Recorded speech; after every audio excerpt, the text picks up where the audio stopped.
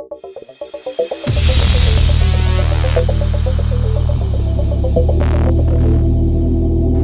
that they'll call you on something that's an emergency.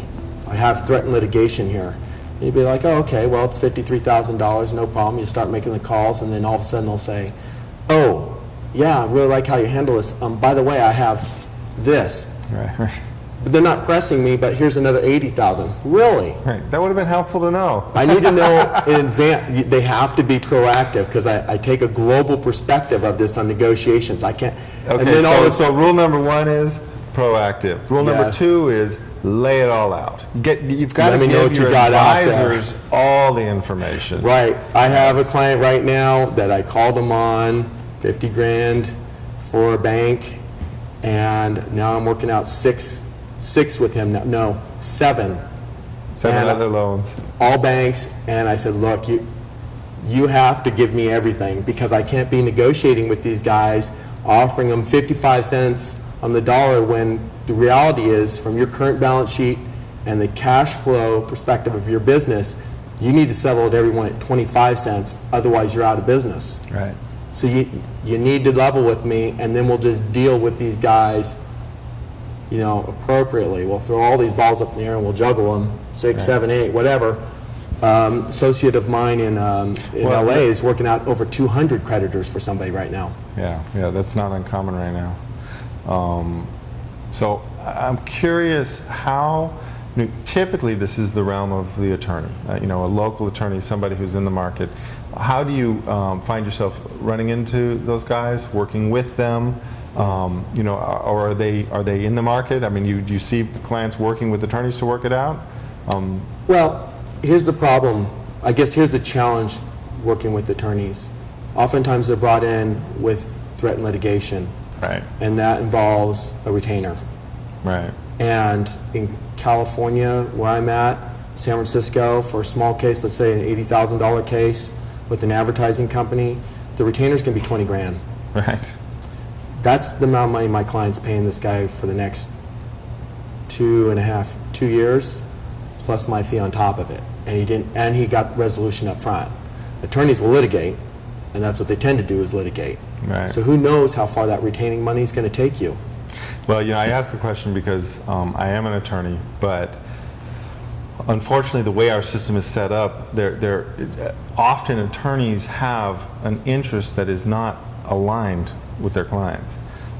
In other words, attorneys have an interest for things to drag because they bill. They get paid more. They get paid more. And I'm not saying this about all attorneys, but it's very clear that there is a percentage of attorneys that are quite happy to let that personal interest conflict with that client interest to the point where things drag on far too long. Yeah, there's an agency problem there. It's a serious flaw in our fundamental system. Right. And that's why, I say that I do financial restructuring and financial, help businesses recapitalize, those who have some capacity to get money, or restructure their balance sheet through negotiation. But really what I'm doing is, a big part of my business is debt mediation. And the mediation is something you do before litigation. Right? And that's what we want to do. We want to solve it before you're having to write big checks out of your pocket to attorneys for a retainer, and you don't even have a solution. That's right. Yeah, usually when you're writing a check to an attorney, it's not for a solution, it's for the beginning of the problem.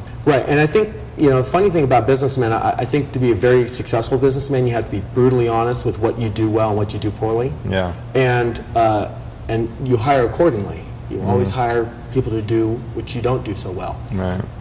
But it's interesting because when you get involved with debt, I find that a lot of businessmen who are otherwise successful, because of the issues around money, I guess maybe in our society, is everybody tells you when you're doing great, but you don't say when you're doing poorly, is this is a hard thing for them to face, this kind of failure, if you will, or challenge. So a lot of businessmen tend and they tend to stuff their head in the sand, and they don't know who to trust in these matters. So you're absolutely right, and I hear it every day. And there's a lot of, it is emotional. They don't want to seem like a failure.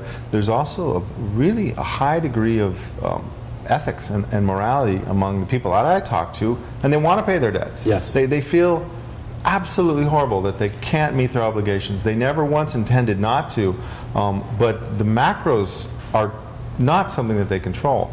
And ironically, the banks that many people owe the money to are smack dab in the center of the problem.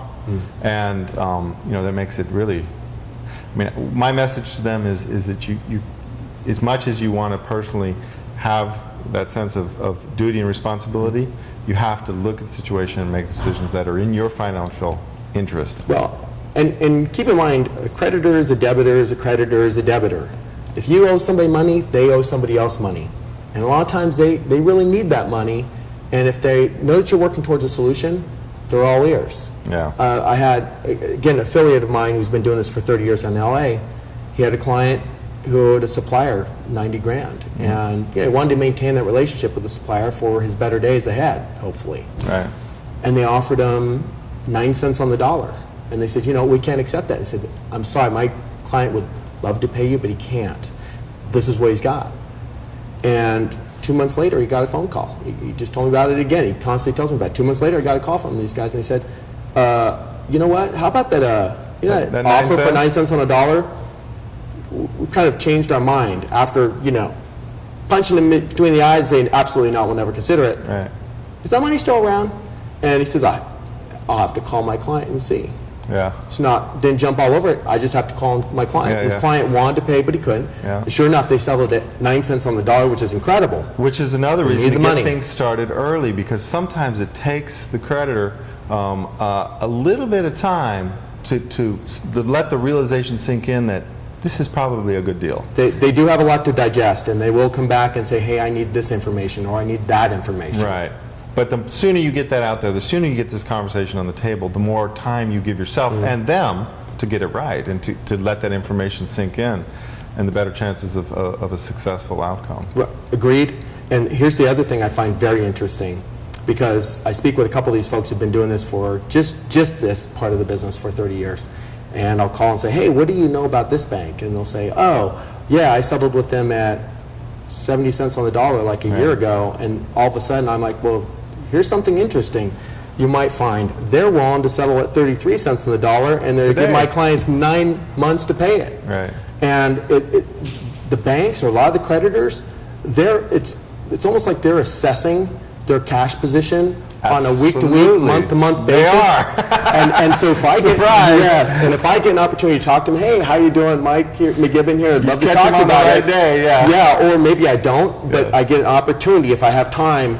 I have more opportunity to discover, if you will, their interest in settling and their willingness to take some sort of a settlement. You know, you want to be able to take their temperature.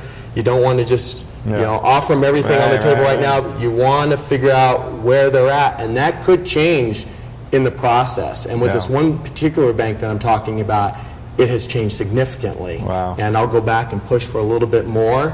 And it changes according to how much cash they need. Or if you're working with a collection company, Right. a lot of times, 30th of the month, they want their cash, they're going to do their books for the month. Yeah. You might call and give them a great settlement on the 29th or 30th because you know they want It's to like close that buying a month and they car. want to close it good. Yeah. They want to close it strong. Oh, that's funny. There's little strategies that you can use. And you're working nationwide right now.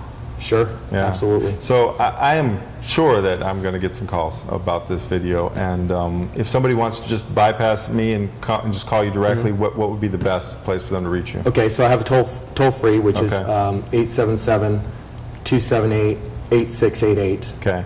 Or my cell phone, because everything rolls to my cell and it's always on.